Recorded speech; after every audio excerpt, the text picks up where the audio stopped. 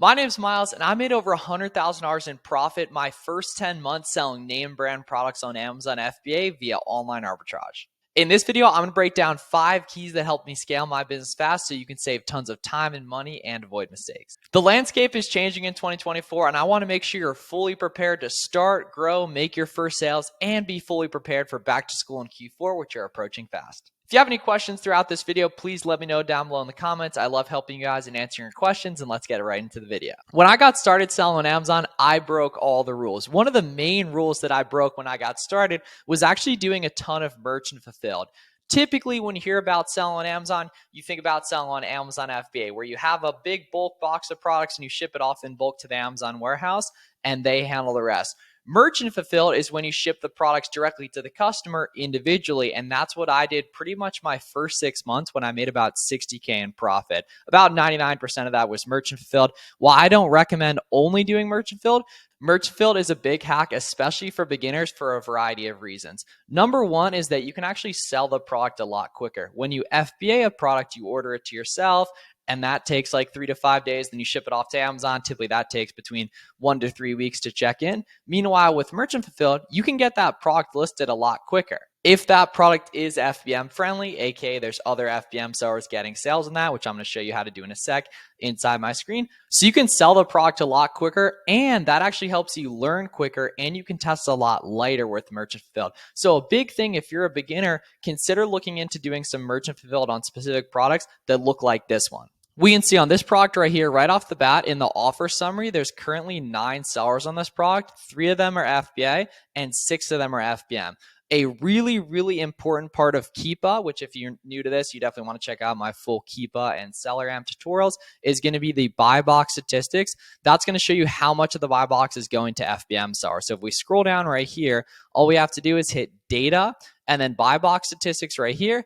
And now we can see who's getting the buy box most often, at what average price, and when. And we can filter to all those. So if you want to know who's selling at the most expensive prices, click here. If you want to know who's won it most recently, click here. Right? If you want to know who's getting buy box on this FBM or FBA, you take a look at this column right here, which breaks down the FBA and FBM distribution. In general, if you're going to FBM a listing, you want to make sure at least 20% of the buy box share is going to FBM sellers. However, listings that are higher volume, you can obviously go less than that because there's still more sales overall. How do you actually calculate FBM shipping costs? So I have a full FBM guide for you guys at howtofbm.com. However, you do want to get comfortable scrolling down here on SellerAmp and taking a look at the FBM calculator right here. So for example, we can see these are the FBA numbers. If we go to FBM right here, it then proceeds to ask us to put in FBM costs. For something like this that's well below £1, it would be like $5 right here. And the cool thing is items that are above $25 but well below £1 typically tend to be mathematically a little bit nicer FBM. So we can see this listing's $38, so it's well above $25. It's also really, really light right here as well. It's well below £1 too, right there. So we can see FBA, it's like a 24% ROI. Meanwhile, FBM, it's like a 30% ROI right here. A couple pro tips for getting sales FBM. It's a really good idea to consider moving your shipping settings to 0-day handling time. I'd recommend charging free shipping for standard and economy orders, and then updating your shipping templates to charge like $30 plus $1 per pound for next day, 2-day, and expedited orders. And then taking a look at a listing like this, we can see it's all FBA sellers. And then taking a look at the buy box statistics right here, we can see there's no sellers that have FBM buy box share. So a listing like this, unfortunately, is probably not FBM friendly. Now, obviously, there could be the argument that no one's even tried to get the buy box FBM on this, but for the most part, we can safely assume a listing like this is not FBM friendly. Supplies you want to have for FBM, definitely these poly mailers. I like the 9x12 size frame. If you're doing like backpacks for back to school, you want to get 19x24 ones. Multi-packs of stuff tend to go in 12x15 ones as well. And then boxes from Walmart are pretty clutch here too. I like this size. It fits most things. Long term, you'll buy boxes in bulk from Uline. And don't sweat the small stuff, guys. Shipping supplies don't really matter. Focus on getting some sales first with FBM. You can test super, super light. I love the idea of going to the outlets, grocery outlet, Ollie's, etc., doing some retail arbitrage, getting listed literally in quantities of 1 potentially, because you can test super light with FBM because you don't have to worry about bulk shipping cost on listings that you can see other people making FBM sales on, using the buy box statistics and taking a look on SellerAmp and seeing if FBM sellers are getting sales. This one's absolutely massive for product research. The second big thing to help me scale was using moats and building moats around my product. So what does that actually mean? Basically, it's important to understand, guys, with online arbitrage, you don't find items profitable that much. You make them profitable using all these different discount methods that I'm mentioning right here. So for example, very few products, like most beginners expect them to, are just like 15 bucks on Walmart and 35 bucks on Amazon and nice and profitable. Typically, it's 24 and it's $40 on Amazon, but the website has a 20% off code, and now that item becomes profitable. So all these different coupon and discount mechanisms are really important to get comfortable with. It might seem a little bit complicated if you're a beginner. It becomes second nature over time. Coupons via the free extensions like Capital One Shopping, Be Frugal, Retail Me Not, Coupon Birds, Top Cashback, and Recton. Those are all free. You want to make sure you get those. Evergreen email account and text signup codes are really, really helpful as well. You can use a catch-all email or Text Now or Google Voice to loop those. Digging around for coupons on Google. Asking customer service, networking with other sellers. If you just Google shop WSS coupons, you'll find a bunch of coupons. It's that simple sometimes. Discounted gift cards with Card Bear and Top Cashback are really helpful too. Rewards programs like Kohl's Cash, using a reseller certificate for retail arbitrage and wholesale, and the occasional OA website that allows you to use it like Walmart. If you look up Walmart tax exempt, you'll see the method for that. As well as getting on listings quick merchant filled is a big, big hack as well, especially on listings that are well above 25 bucks, well below £1. Definitely holiday sales. We got Father's Day coming up. Some Memorial Day sales still going on right now too.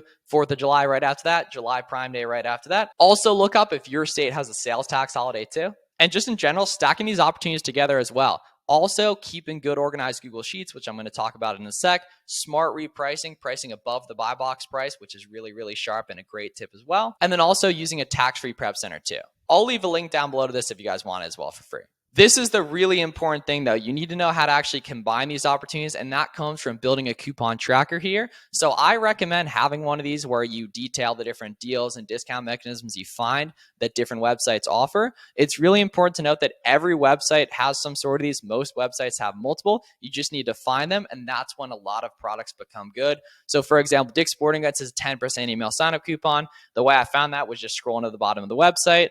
And do they have gift cards? Yes. Shout out Card Bear and Top Cashback for that. I Googled, does Dick's Sporting Goods have a rewards program? They do. And a lot of websites do. And a lot of beginners aren't factoring in these different discounts that exist on the coupon extensions, or waiting for holiday sales and saving stuff for the future and everything like that. So it's really important that you track what websites have different discount codes and are prepared to use those to make items profitable, because that's by far the biggest mistake I see beginners make, is expecting stuff to just be sitting there. Because if it was just sitting there, everyone would find it and it'd be really easy and the price would go down. So you need to be using these different methods like discounted gift cards, coupon codes, asking customer service for different discounts, and everything like that. The third thing is seasonal opportunities, specifically back to school in July, August, and early September, and the fourth quarter of the year in November and December, when a ton of big holidays happen. I did 100K revenue in 2 weeks during back to school. It's like $1,000 profit a day for 2 weeks, my first year with back to school. So it's really important that you guys are fully prepared for back to school and then eventually Q4 as well. And you guys can see how crazy some products go. Like look at this listing, where the cool thing is we can see the data over time on every product. The offer count on this was 64 November 18th, and it was buy boxing at 40. And then just like 2-3 weeks later, a month later, the buy box was up at 71, and the competition was literally 10 sellers compared to 60. There's so many examples of products like this. And the cool thing is what you guys can also do is use the data buy box statistics like we did earlier and go here and filter to see, if we go to the year long, who actually sold this at the most expensive price rate. So now we could go ahead and storefront stock these sellers, these really smart sellers that sold this product at the most expensive price, and be ready for that stuff. So I'll have full trainings for you guys on that stuff. Back to school especially is coming up. And what that typically consists of is just a lot of merchant filling on really good proven products. So what you guys can do to find good back to school storefront stock is look up like soccer, football gear, etc., backpacks, school supplies, crayons, and take a look at listings that did really well last back to school on Keepa and storefront stock those sellers using the data buy box statistics feature. Another way you can find listings for seasonal opportunities is literally just searching it on Amazon and then opening up listings and finding stuff that did well in previous years, or just going and sourcing for it. I think that's pretty easy money just doing this, looking up like Puma soccer or Nike soccer, Nike volleyball, Nike backpacks, Adidas backpacks, etc., and just seeing what the Amazon algorithm is showing you, because that's what people are actually searching for. So make sure you implement that as well. I think it's called leaf sourcing or something like that. I just call it like Amazon search sourcing. Another thing that made a huge difference for me that a lot of people slack on is actually tracking your leads correctly. A listing like this, we can see retails at 32, but is on sale for 20. And then I believe Adidas.com has a 30% going on as well. So that takes us down to about $14, right? Just some a little Memorial Day deal action right here. If we look over on Amazon, this item's not quite profitable. It's currently buy boxing at 29, right? So we can see $3 profit, 20% ROI. Sure, we could discount a gift card that, but still not quite going to be there. However, taking a look at the Keepa, we can see over time, this item was hella profitable at a 14 buy cost for a good amount of the year, literally from like October until like mid-April. It was like, 35, 32, etc. Right? So looking up there, this thing was nice and profitable. It was like a 50% ROI and such right here. However, most people focus way too much on the short term and not that much on long term.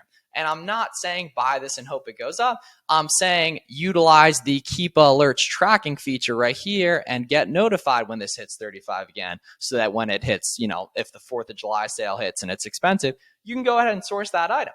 Right? And so many people waste a ton of time sourcing and find stuff where they're not profitable today. They have been profitable over time, but they don't set a keep alert for it. They don't use the SellerAmp Google Sheets feature and add this to an almost good spreadsheet right here, and then go ahead and put a link when this data populates over here and say like, this is 14 during Adidas sale, was 30 plus a lot. Be ready when it is. Right? And that's the compounding effect you got to have time of staying in the game. And a lot of people just quit this stuff too soon. They don't get the chance to get lucky and see stuff that wasn't quite there become profitable. And the way you do that is you can literally just use the Keepa tracking alerts feature and get notified when listings become good, and the SellerAmp Google Sheets feature to actually catalog where you found that item profitable. So when you get an email from Keepa saying this item became good, you can then just boot up your SellerAmp spreadsheet, and now you know exactly where to buy that. And especially when we speak in the context of evergreen coupons like we talked about with Shop WSS, with Dick's Sporting Goods, there's examples of leads that'll be good like 30% out of the year. The problem is you might source them during the 70% of the year when they're not good, but you do get notified when they become good if you're using the Keepa tracking alerts and SellerAmp spreadsheets feature correctly. Is that tedious to check your leads? Yes.